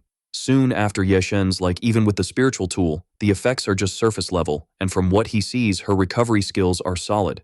Yo, so the MC's finally stumped, asking if he can get in on the action too. The kid's got those wild powers, but this is new territory. He's all with his powers keeping the seal in check. It should be like a shield against the mark of doom. Then the girl jumps in saying, this power's a secret move from the cult of the 100 Flowers, takes 10 days to nail it. But Ye Shen's like, nah, I got this. She just needs to spill the deets, and he'll roll with it. Chinger's all jittery and the kid's like, what's up? She's trying to chill. But this is the toughest of the 5 paths. No room for slip-ups, and bam, the MC whips up some wild purple smoke. Chinger's mind-blown, thinking, there are 8 anchor points in a person's core, but he just summoned them all in one go. The more points you hit, the tougher it gets. But even her ancestor only snagged 9 anchors in 3 days. The dude's a total beast. And then Ye Shen's like, hey girl, your turn. And wait, is the kid gonna go shirtless? Chinger's like, I got this, but she's low-key curious about what's next. She peeks over, sees the MC super focused, eager to see what this means for her too. Later, Ye Shen bounces out, and Chinger checks if she's cool. The kid's holding the mark, saying thanks to her Yanner's out of the woods, The girl's like, chill, it would have been fine and he probably noticed she was just keeping up the act. Yeshen's all a win for you is a win for me, so he's calling it even, and we'll back her up when needed. Then she asks for a sec until her sis wakes up so they can spill the tea on everything. Switching gears, the MC's curious about how many peeps have this seal. She says the Mark of Doom's been around forever. Now it's a banned move, so she's clueless on the numbers. Yeshen's wondering how they snagged such a move. Chingers like the Great Celestial said this seal 100 years ago wasn't meant to harm someone, tweaked and spread it. The MC's all any idea who it could be, maybe someone close. Suddenly they hear a noise and Luan Yanner's up. She's asking about her crew and the boy's like, all good, just chill now. About Shu Luo, there are plans, and Yanner's sorry for lying all this time. She swore she wouldn't again. But, oops, the boy wipes her tears, asking if it's about Luo Luo. She says she might know why her sis is doing this, and after going off-grid, they hit up their sect's old spot, specifically the MC's fave chill zone where they found a letter. It said, Yeshen was toast, tried to explain to others, but couldn't shake their doubts. Shulo thought he was dead, wanted payback, even tried to stop her, but no dice. Yeshen's thinking a celestial conqueror from a century ago was a life and death realm pro, and Zhulo's playing with fire. Yanner keeps going saying, after the split, she rallied the believers and started the Wuji sect as an empress. After leaving, she didn't go for revenge right away, but found some assassins wandering the land while Luo Luo went south to dig into the sect attacks. But Shu Luo 15 years back said she found a way to off the guy who beat the MC. She needed a certain seal to the heavens, tried to talk her out of it, but it was a never-ending battle every time she tried to swipe this seal, but with each loss she vanished and laid low. Still, she didn't see her joining that beast and coming back as the king of assassins. Seeing all this, Yeshen's like the celestial conqueror's strong, but it takes more than one trick to take him down. If Yanner said her sis wasn't plotting revenge right away, her moves over the past decade are totally sus. Boom flashback time. The main character's all, why are you chilling on this mountain? Your big sis is on the hunt for you. The girl's like, if I don't ace this courage test, no one's gonna hang with me anymore.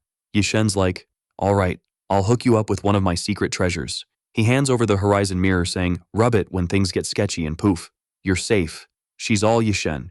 You scared? He's like, duh, but you never believe me cause I always charge in first and never lose. But our hero's like, I do it cause I'm scared too. He's worried if things go south he'll lose and won't be there to protect them. When fear's conquered, it turns into courage, and if she accepts it, no shady cultivator will scare her again. Yeshen's deep in memory lane, while Yeshen and Yanner are facing the main character asking if something's up. The boy's like, nah. It's cool and mentions he told Shulu to come back in 3 days to spill the tea. Luan Yanner tries to stand but is super weak. Yeshen's like, girl, you can't even stand, gotta take care of yourself. He used dual cultivation to nix her death seal, but her core's still busted, so she needs to chill and heal. She's shocked, asking why he did it while she was out cold. He should have waited till she woke up. Sounds like a couple's spat. Switching gears, she asks how she got hit with the death seal, cause that dude doesn't roll like that, and her sis isn't into curses. Suddenly, Luan Yanner calls the general, who says she was on secret passage duty as ordered.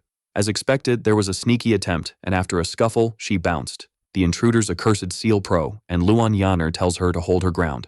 She'll send backup. Telling Yeshen someone's teaming up with her sis, and that killer seal's probably their handiwork, so they shouldn't wait 3 days. Yeshen's like, she'll be here tomorrow, and I just fought her. Her goal's to snag the seal of the heavens, and she bailed, not cause of him, but because she was pretty banged up. Luan Yanner's, like if her sis wants back in the sect, the puppet masters won't let it slide. The kids all fired up saying tomorrow's the day. Meanwhile, across the castle, Yantan's stoked cause her master's awake. She stands scanning the room, asking if she found the Grandmaster and where he's at. Yeshen pops up saying, long time, no see how's your day going? The girl tears up asking if he saw this reunion coming ages ago. Yeshen's like, knew we'd meet today, but didn't see the battles coming, thanks for everything. Later, Luan Yanner checks in, asking if she needs anything she's free to ask. She's got a wish, but first wants to know if the master still needs her help. The main character grins, thinking nothing slips past her. Meanwhile, Shulo's eavesdropping from the rooftop. As she climbs down, Luan Yanner asks if she's ditched those thoughts since they're from the same sect. Why the beef? Asking if the master wouldn't be bummed seeing them at each other's throats. The girl's ticked, launching an attack at Luan Yanner, telling her to quit hiding her aura. Plus, she wants to know why she keeps acting all weak and clueless. Her sis says enough, restraining Shulo, saying the master's treasure won't be taken. She'll have to go through her. But in a flash, the girl's beside Luan Yanner saying it's all pointless. Alright, buckle up, cause this story's about to get wild. So this girl, she doesn't even need to grab the item herself, cause she totally knows where it's at. She goes all Hulk on a box, finds a bag, and Luan Yanner's like, chill, you're getting played by those other dudes. Turns out her master isn't even dead, and all she wants is for her sis to trust her. She wonders if maybe this is actually better. Out of nowhere, Shulo gets this vibe, realizing her aura's gone all next level. Luan Yanner jokes about her sis being a rooftop ninja, and the girl gets all fired up and charges at her. But then she's like, this is pointless, dude. The MC's been transformed, do whatever, it won't matter. Shuluo's mind is blown that a puppet can copy her sis and even her power level. The main dude raises his hand, boom, explosion, and he's like, why so scared? Didn't I teach you to see one and imagine 10 on the battlefield? In the land of Aswan, every path's covered, and once she touches the treasure mirror, she's stuck just one way to stop her. Basically, she trusts change and reflection too much, cause she's weak and always thinking of bailing. But she's still got the rep of the most feared assassin. The angry girl calls him a fake, not worthy of her master's words. Right, then the MC with a sly grin says she finally showed up using her summoning seal. The kid's vibe shifts and Shuluo's like, what's going on? Sure, the person in front of her's a fake, but she's feeling something new. The MC's glaring at her with pure rage, grabs her head and tells her to chill. He pulls a wild move and suddenly the scene flips to another place and a girl's like, this compass is a real brainbuster. Everyone's all over the place, and the girl says to find the Empress's divine mirror, she had to sacrifice 10 lives. Even though Yeshen's super strong, it takes a whole day to break that curse, and meanwhile Shulo's gotta snag the item. Suddenly she senses her mark's aura, thinking she activated it. Her fan glows, her clothes rip, and she's like, what the heck? She can't believe Yeshen's sending spiritual energy back through her seal, but there's gotta be more to it. The kid's intense, cause while he's fighting, he's tracking her exact spot. But the girl bites his finger, makes a seal and says she's not easy to handle. Boom, explosion, and Yanner's just watching from the castle. The other master shows up asking how she is since Yeshen's been fighting for ages. The girl switches topics, saying she's just a bit worried. She wonders if it's cause of Shu Luo, as it might tick off the MC causing chaos. She asks why the master didn't let her tag along, and Yanner says he was scared she'd end up begging for her, but her sis says she's wrong. Yeshen just didn't want her to carry more weight. They say everyone's got their destiny, and back then, Shu Luo made a choice for her own reasons. She knows she wants to help the master, but maybe he doesn't need it. Yanner listens quietly, and then in the background, our boy shows up carrying Shu Luo. Yanner's shocked. She's unharmed and surprised the master went easy on her. Yeshen says when he talked to her 3 days ago, he had everything set for Aswan to trap her. Even though it was early, it worked out. And after finding a curse in Yanner, he thought Shu Luo might have one too. So he used reverse energy to track the mark's user, but the person cut the connection with Shu Luo, and Yanner says spiritual energy doesn't just vanish, so they can find a way to track her. Yeshen says, no need, cause she probably has backup, and if he were her, he'd make a scene to draw enemies into his turf. The Empress is all, are we just letting them bounce? And the MC's like, nah fam, I left a sneaky mark when I flipped the spiritual energy, so we'll catch her off guard when she's chillin'. The kid's all ice cold and strategic, saying he's gotta lock down his spot so she needs some chill time to recharge, and when Shuluo wakes up, he'll have a chat with her. Meanwhile, Yanner's still bummed about her sis, and poor Yeshen's thinking, after all this time, our reunion's a total train wreck. Out of nowhere, the other master pops up saying, hey, the sister's back, let's party a bit. What a lame excuse to get lit. But the duo's like, nah, she's too weak for that. They share a look and the other girl goes, alrighty then, asking if Yanner didn't promise to grant any wish cause she really wants something. Oh boy, this is gonna be wild. The protagonist's got that huff face, wondering what it could be besides partying. She says that's all ancient history and she's not about that life anymore. The kid's shocked. She quit partying, asking what she wants then. Meanwhile, Luan Yanner's cracking up in the back, calling her master a goof, asking if her sis still doesn't get it after all these years. The girl agrees, saying with the master, you gotta be direct. So she's like, I want to play hide and seek with you two. Everyone's like, what? And Luan's surprised. It's something so goofy. But she says it's his fault cause as a kid, he kept saying he couldn't find her spots, and that's her biggest childhood regret. She'll give them time to hide, and if she catches them, well, you know. Suddenly the girl vanishes. Luan Yanner's worried, can't believe she's pulling off a spell like that in her condition. But Yeshen's like, let her be, Yanner, focus on your health, saying he'll take her to her room. The girl steps back, saying since it's her lil sis's wish, she can't ruin the fun. So he has to hide fast, and a few minutes later, the protagonist's chilling on the roof, scoping the city. The kid thinks Luan Yanner was just happy, but now she's all moody, wondering if she's mad at him. Then Luo shows up, saying he's there half the time and won't hide well, and she heard Aswan say if she catches him, there's a punishment. But for Yeshen, winning or losing doesn't matter. It's all about making Aswan happy, and Luo's like, then why the long face? Suddenly she jokes the older sister's coming, but it's just a prank. Annoyed, the protagonist traps her in a scroll, and the girl asks why he doesn't just talk to her older sis. She digs him and will spill everything that happened, but Yeshin's like, nah, she probably hates me since she's dodging me. Then Luan Yaner actually shows up and Luo tries to explain, but the protagonist's still down. Soon after, the poor girl can't take it and slaps the protagonist, saying he needs to talk to the girl directly if he wants to do something. With the boy hitting the ground, he worries he hurt his disciple even after healing. Then out of nowhere, he asks if the girl doesn't like him by any chance. At that moment it hits him because he said it totally out of the blue. Then Luan Yaner calls the protagonist, whispering in his ear to just stay quiet, right after Aswan appears, starting to look for the two of them. Little did they know, right? They were there in the corner cuddling. As the girl leaves, the protagonist tries to get up, but Luan Yaner holds him. She says it's not that she doesn't like him, but she was scared he wouldn't want her, so she kept her distance. She doesn't just like him as a master disciple, but wants something more. This is going from 0 to 100 real quick. Hearing this, Yeshin remembers all their moments and suddenly kisses her. Whoa, even I didn't see that coming. And the boy says, now they're more than just master-disciple. At this, the girl jumps at Yeshin, all playful, saying she'll do whatever he says. Yeshin gets all shy, just staring at the person in front of him, right after Luan Yaner's all. I'm feeling something weird, and our hero's blushing like a tomato, saying they gotta head inside. He's still not back to full power, needs some chill time, and Chinger's just there watching everything. Talk about bad timing, right? Poor girl just freezes, and then her sis shows up saying it's easier to search together, out of nowhere. Chinger shuts her eye and the girl's like, is something bad happening? And since Yeshin's there, maybe he can help. The MC gives a confident nod saying, as long as he's around, no need to freak out. Elsewhere in the castle, the sisters are chatting and the green-haired one says she's there to meet the celestial bookmaster.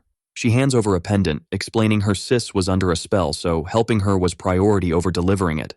Switching gears, she asks if Yeshin's really okay, and the boy, all tied up, says Yaner's just messing around. Suddenly the girl kneels, apologizing for everything, saying she didn't mean to invade his space. They were just in a rush. But don't worry, they won't spill any tea about seeing him with Yaner. No one's gonna imagine him doing all sorts of poses, that's just too much. The MC's like, let's cut to the chase, and the sisters start casting a spell. Green smoke swirls around, and bam, a girl with white hair pops up. Yeshin calls her Ruoxi and she's like, long time no see. The boy, tough as a cockroach, stays strong. Ouch, that was a bit harsh. Yeshin agrees, and the girl says he's the only one brave enough to talk to her like that. But the boy's unfazed, asking why she sent people to wait for the celestial book. The girl chuckles and the MC's curious if it's about the person who sealed his disciple. Ruoxi says he's still sharp, mentioning this person has history with her. But wait, there's more. The destruction of his sect is tied to this too. Now the boy's intrigued, asking how much she knows, and she says she'll be waiting in Baihua's forbidden land. He better hustle, and poof, she's gone. Yeshen's deep in thought while the sisters keep up their spell. The magic fades and the hero says he sent the message. Thanks for the help, but there's more he wants to know. Since the 100 Flowers sect started, Ruoxi's been all about sealing spells, so no hardcore training needed. But he heard she went to some forbidden place, and Chinger's like, I got no clue, we joined 10 years ago. Yeshin's thinking Ruoxi's message method is super complex. She doesn't usually mess with lives, but if it's come to this, it means the sect changed 10 years ago or earlier. Then Chinger asks if the ancestor was trying to take him to the forbidden land. The problem isn't there because 3 years ago, she and her sis left the mountain, and their ancestor warned in a dream not to enter the sect through spells. Anyone wanting back has to cross the mountain range, and Xiaohei asks if she knows anything about this so-called poisonous mountain. Yeshin wonders if this mountain isn't 100 miles from their sect, because the way she's talking makes it sound way harder to find. Chinger says the place's location keeps changing, making it super tricky to find. With some struggle they found it, but the mountain's full of miasma and beasts easy to get lost in. Xiaohei says they have a home, but can't return, and the Blood River sect's been a pain, so they can only run to their sect for help. If not for the mission, they'd have gone back ages ago, cause the ancestor's like a mom to them, and she's super worried about what might have happened to her. Seeing the sitch, Yeshin's brain is buzzing, thinking all these setups scream disaster containment, guessing Ruoxi locked herself in the forbidden zone. If that's true, their master's banking on him, so busting this curse and hitting up the forbidden land isn't a no-go. But if he's right, doing that might unleash chaos too, and the safest bet is to sneak into the sect through the mountains, even if the spot's a bit sus. It's not rocket science to find. The real snag is how long it'll take, and out of nowhere, someone pipes up with a shortcut. Yaner spills that. When her Zhuangji sect was born, some masterbin asked her to whip up a Zhuangji gate linked to the world's 5 elements. Long story short, say where you want to go and boom, the gate opens a path there. But when her master vanished, she had a ton on her plate and totally spaced on this gadget. Ye Shen clocks that the girl's still stressed, and Zhao Hei's all, duh, what do you expect from an Empress maid sect? So now they can bounce back. But Luan Yaner's like, hold up, have you even thought? Why the 100 Flowers ancestor shut the mountain and sent us here? One sec. They're homesick. Next they're all, let's bounce, but they're missing the big picture. The two are shaking in their boots and Chinger's like, I was just worried. Okay, Yenner's all. With this plan, the ancestor probs doesn't want them mixed up in this, and she trusted Ye Shen to watch over them. If she's really stressing, she should just steer clear of this mess. The MC's thinking Yenner's a total boss keeping the sisters in check and she's been a big help, but he's still getting on her nerves, which is not the vibe he was going for.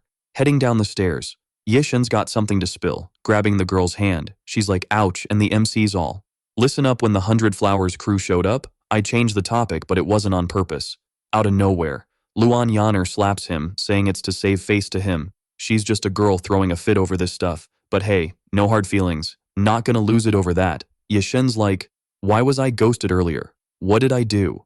Yanner's gonna lay it out, asking if he even thought to ask her for help when the 100 Flower sisters needed a hand. He probs wanted to solo it again, and she's always the last to know, being the most sheltered disciple. But they agreed. They wouldn't just be master and disciple anymore. Oh snap. Now it's a full-on couple spat, wondering when he'll see her as a legit partner. The MC's just watching, not saying a peep, and the girl's like, I heard the whole convo earlier, so I've got a plan, and the 100 Flowers ancestor's deaf in trouble. This Xuanji gate was her creation to find him, and only a few are in the know, and she's already schooled him on how to use it, so he can go ahead. She'll be waiting for him to come back. The MC, though, grabs her hand, making the seal to head to the poisonous spirit mountains, saying if he went solo, he might rage out and blow the place sky high, so she's got to keep him in check if it comes to that, and check out that romantic moment. Meanwhile, Aswan's staring down a giant ice block, saying the master and sis are MIA and left her in charge. Whoa, that white-haired girl's still kicking, and Aswan's like, time to wake up, sleepyhead. Our video ends here. If you liked it, leave your like. See you next time. Bye-bye.